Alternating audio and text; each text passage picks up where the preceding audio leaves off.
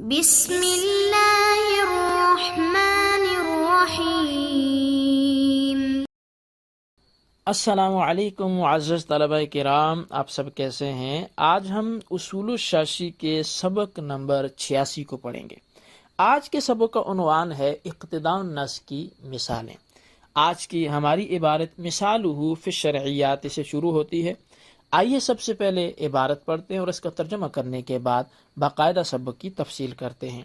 مصنف علیہ رحمہ لکھتے ہیں مثالہ فی الشرعیات قولہ انت طالق۔ اقتداء النص کی مثال شرعی احکامات میں کسی شخص کا اپنی زوجہ سے یہ کہنا کہ انت طالق یہ ہے، فإن ھذا نعت المرأة، پس بے شک یہ کلام انت طالق، یہ طالق مرأتی کی نعت ہے، یعنی عورت کی صفت ہے۔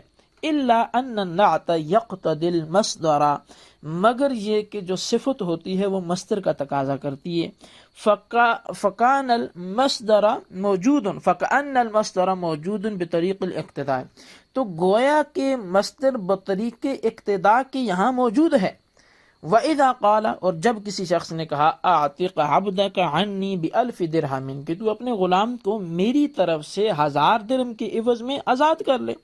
فقال اعتقت، اور سامنے والے شخص نے کہا ٹھیک ہے میں نے آزاد کر لیا۔ یقع العتق عن الامر، اور یہ یا عن الامر، پس یہ جو آزادی واقع ہوگی یہ عامر کی جانب سے ہوگی، حکم دینے والے کی جانب سے ہوگی۔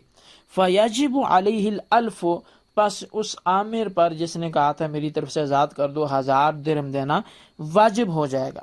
وَلَوْ كَانَ الْآمِرُ نَوَى بِهِ الْكَفَّارَةَ يَقَعُ عَمَّا نَوَى، اور اگر عامر نے اس غلام کی آزادی سے کفارے کی نیت کی تھی تو ٹھیک ہے وہ واقع ہو جائے گا جس کی اس نے نیت کی تھی۔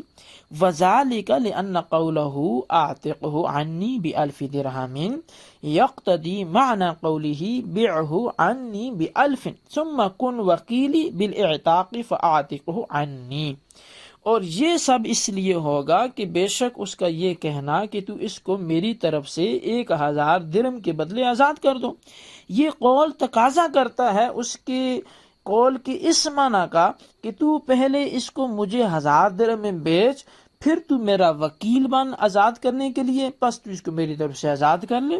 تو پس فیثبت البیع بطریق الاقتداء، بے بطور اقتداء نص کے ثابت ہوگی۔ ویثبت القبول کذالک، اور سامنے والے کا قبول کرنا یہ بھی بطریق اقتداء نص ہی ثابت ہوگا۔ لأنہ رکن فی باب البیع، اس لیے کہ جہاں ایجاب یہ بے کا رکن ہے اور وہ اقتداء نص سے ثابت ہوگا، ایسی ہی قبول بھی یہ بے کا رکن ہے تو وہ بھی اقتداء نص کے طور پہ ثابت ہوگا۔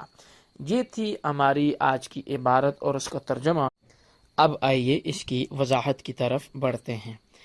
مثالہ فی الشرعیات قولہ انت طالق سے مصنف اقتداء النص پر شرعی احکام سے پہلی مثال پیش کر رہے ہیں۔ مثال یہ ہے کہ شوہر نے اپنی بیوی سے کہا انتی طالق، تو طلاق والی ہے۔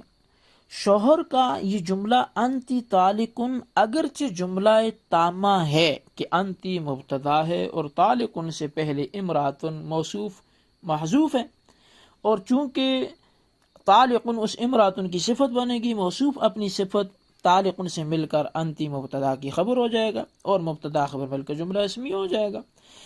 مگر طالق صیغہ صفت ہے، یعنی اس میں فاعل کا صیغہ ہے، اور صیغہ جو ہے اس میں فاعل جو ہے یہ اسماء مشتقہ میں سے ایک صیغہ صفت ہے، اور ضابطہ یہ ہے کہ ہر صیغہ صفت اپنے مشتق منہ پر دلالت کرتا ہے، جس سے وہ مشتق ہوتا ہے صیغہ صفت اس پر دلالت کرتا ہے۔ اب جب طالق صیغہ صفت ہے اور صیغہ صفت مصدر کا تقاضا کرتا ہے، چونکہ مشتق منہ اس کا مصدر ہی ہے اور یہ تقاضا کرتا ہے مشتق منہ یعنی مصدر کا، لہٰذا طالق کے تقاضے کی وجہ سے طالق کے بعد لفظ طلاق جو اس کا مصدر ہے وہ معتبر ہوگا۔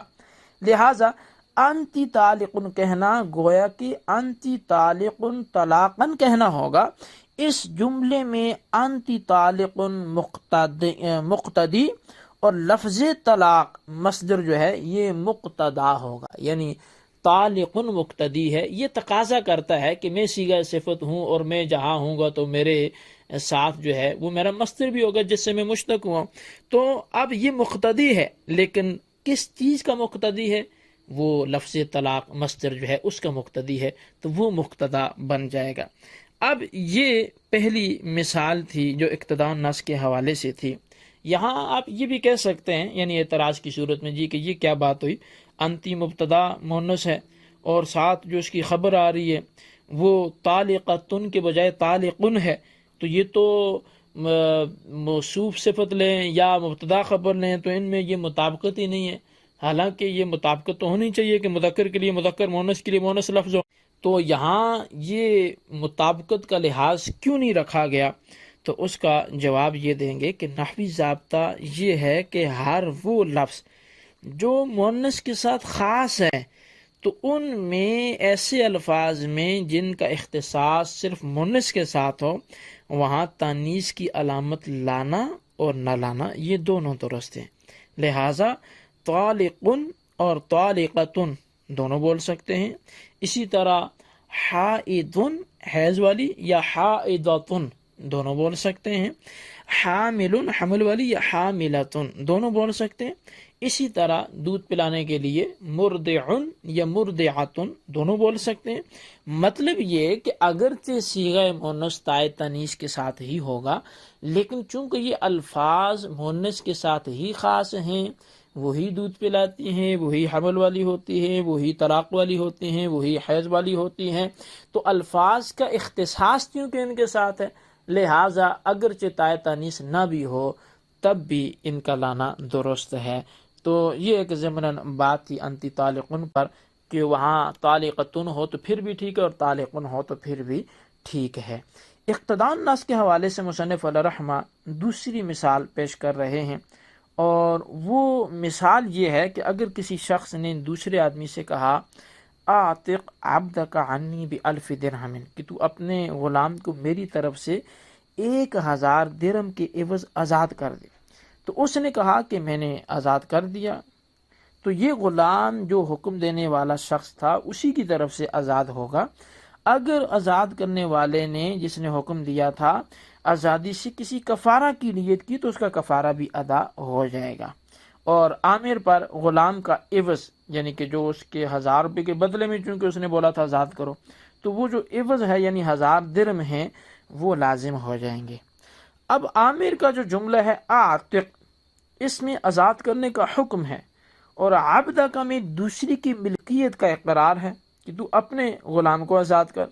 اور بألف درہم میں با عوض جو با ہے، بألف میں با، یہ با عوض اور بدل کی با ہے، جو عوض پہ دلالت کرتی ہے کہ 1000 کے بدلے میں کر، 1000 کے عوض میں کر. اب یہ جملہ بے کا تقاضا کرتا ہے، مگر بے و شراء کا ذکر کہیں ہے ہی نہیں، کیونکہ عامر کا امر جو ہے وہ عاتق کا تقاضا یہ ہے کہ غلام کو آزاد کرے، حالانکہ غلام پر عامر کی ملکیت ہی نہیں ہے. جب غلام پر ملکیت حاصل ہی نہیں ہے تو آزاد بھی نہیں کر سکتا. اور بألف درہم کا تقاضا یہ ہے کہ عوض ہے تو معوض بھی ہوگا، حالانکہ معوض یعنی جو غلام مملوک ہے وہ موجود ہی نہیں ہے. تو اس جملے اور عبارت نے اپنے مفہوم کی درستگی کے لیے تقاضا کیا کہ کچھ عبارت مقدر مانی جائے تاکہ یہ عبارت صحیح ہو، اس کا مفہوم صحیح ہو، اطاق اور عوض وغیرہ ثابت ہو سکیں. تو اصل عبارت اب یہ ہوگی بیع عبدک عنی بألف ثم کن وکیلی بالاعتاق فاعتقہ عنی، کہ تو اپنا غلام مجھے 1000 درہم کے بدلے میں بیچ، پھر تو میرا وکیل بن جا اس کو آزاد کرنے کے لیے، تو پس تو اس کو میری طرف سے آزاد کر لے. تو اس غلام کو اب یہ جو عبارت بنائی گی کہ بے عبدک عنی بألف ثم کن وکیلی بالاعتاق فاعتقہ عنی، بے کو مقدر ماننے کی طرح وکالت کو بھی یہاں اقتداء النص کے طور پر مقدر مانا جائے گا، کیونکہ غلام کو آزاد کرنے کا حق یا تو مالک کو ہے یا اس کے وکیل کو ہے. تو لہٰذا یہاں پھر اگر اسی کی جانب سے آزاد کیا جا رہا ہے تو وہ اس کا ضرور وکیل ہوگا، تبھی وہ آزادی بھی متحقق ہوگی۔ اب مصنف علیہ رحمہ وَيَثْبُتُ الْقَبُولُ كَذَلِكَ سے ایک وہم کا ازالہ کر رہے ہیں۔ وہم یہ ہے کہ یہ بات تو سمجھ آ گئی کہ بے اقتضاء نص سے ثابت ہوئی، مگر بے کے انعقاد کے لیے ایجاب و قبول بھی تو ضروری ہے، جبکہ یہاں ایجاب و قبول موجود ہی نہیں ہے۔ اس وہم کا ازالہ یوں کیا کہ جس طرح بے اقتضاء نص سے ثابت ہوئی تھی، اسی طرح بے کے رکن بھی اقتضاء نص سے ثابت ہوں گے، کیونکہ کوئی بھی شے اپنے رکن کے بغیر نہیں پائی جا سکتی، جیسا کہ قاعدہ بھی ہے الشیء لا یوجد الا برکنہ، کہ شے کا وجود نہیں ہوتا مگر اس کے رکن کے ساتھ، تو لہٰذا یہاں اس کے ارکان بھی اقتضاء نص کے طور پر موجود ہوں گے۔ بہرحال یہ ہمارا آج کا سبق تھا اور اس کی وضاحت تھی۔ آج کے سبق میں ہم نے اقتضاء نص کی شرعی احکامات میں سے 2 مثالیں پڑھی ہیں۔ ان دونوں مثالوں کو اپنے الفاظ میں خلاصتاً نوٹ کریں اور بالخصوص ان سوالات کے جوابات دیں۔ سوال نمبر 1 یہ ہے کہ انتی طالقن کہنے سے یہاں اقتضاء نص کے طور پہ کون سا لفظ مقدر ہوگا اور کیوں ہوگا؟ سوال نمبر 2 یہ ہے کہ انتی طالقن کہنا، حالانکہ طالقن مؤنث کی صفت ہے، مطابقت نہیں ہے، کیا یہ درست ہے؟ اگر ہے تو قاعدہ نحوی بیان کریں۔ اللہ تبارک و تعالیٰ سے دعا ہے جو کچھ ہم نے پڑھا سنا اسے یاد رکھنے کی توفیق نصیب فرمائے۔ آمین بجاہ نبی الامین صلی اللہ علیہ وسلم۔